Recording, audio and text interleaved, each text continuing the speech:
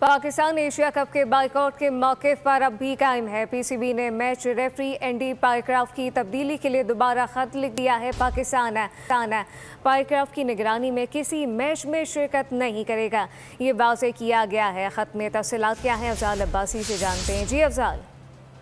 जी बिल्कुल, Pakistan cricket board ने match referee Andy Pycroft को तब्दील करने के हवाले से दोबारा खत जो है आईसीसी को लिख दिया है और पाकिस्तान एंडी पाइक्राफ्ट की निगरानी में किसी भी मैच में शिरकत नहीं करेगा, ये कहना है ज़राए पाकिस्तान क्रिकेट बोर्ड का। और पाकिस्तान जो है वो एशिया कप के बाइकाट के मौके पर कायम है। पीसीबी ने आईसीसी के खिलाफ की गई इंक्वायरी को महज रस्मी कार्रवाई करार दिया है और आईसीसी जब तक ऐलान नहीं करेगा मामला आगे नहीं बढ़ेगा, ये कहना है पाकिस्तान क्रिकेट बोर्ड पर। पाकिस्तान क्रिकेट बोर्ड का ये कहना है कि आज जो है वो इस हवाले से हतमी फैसला कर लिया जाएगा, क्योंकि आज शाम ही पाकिस्तान को यूएई के खिलाफ एशिया कप का मैच खेलना है।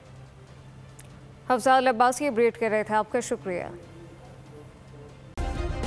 सब्सक्राइब करें और बेल दबाएं ताकि कोई खबर रह न जाए।